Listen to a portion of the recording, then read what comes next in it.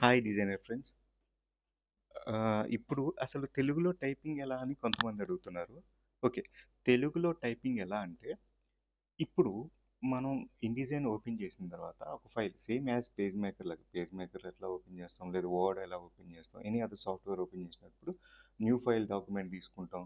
New తీసుకున్నప్పుడు అది ఏ ఏ size కావాలని అడుగుతుంది. మనం ఏ4 సైజా, ఎనీ సైజ్ సెలెక్ట్ చేసుకుంటాం. ఇదంతా క్వైట్ కామన్.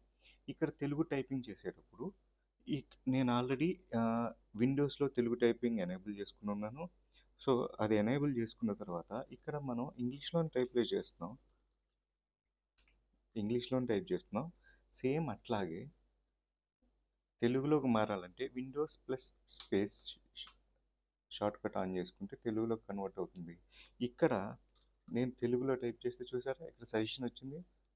ఇక్కడ ఆల్రెడీ అశోక్ అనేది తెలుగులో టైప్ అయింది.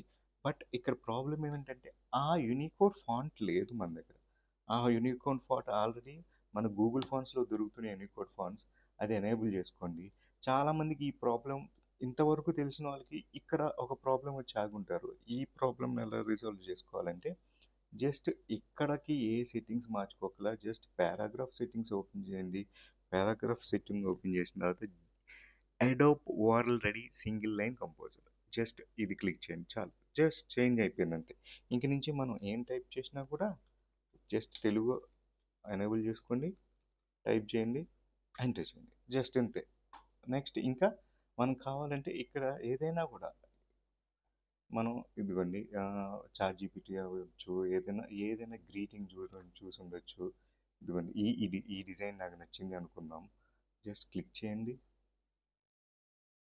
ఇక్కడ డ్రాప్ చేయండి, గూగుల్ లెన్స్లో డ్రాప్ చేయండి. గూగుల్ లెన్స్లో డ్రాప్ చేయగానే ఆటోమేటిక్గా తెలుగు అంతా స్కాన్ అవుతుంది. Copy, just design, paste.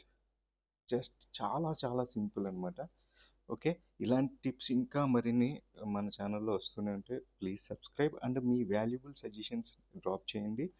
Next వీడియోస్లో ఆర్ నెక్స్ట్ రీల్స్లో మీరు ఏదైతే డౌట్స్ ఉన్నాయో, మీ సజెషన్స్ ఉన్నాయో ఖచ్చితంగా ఇంప్లిమెంట్ చేద్దాం.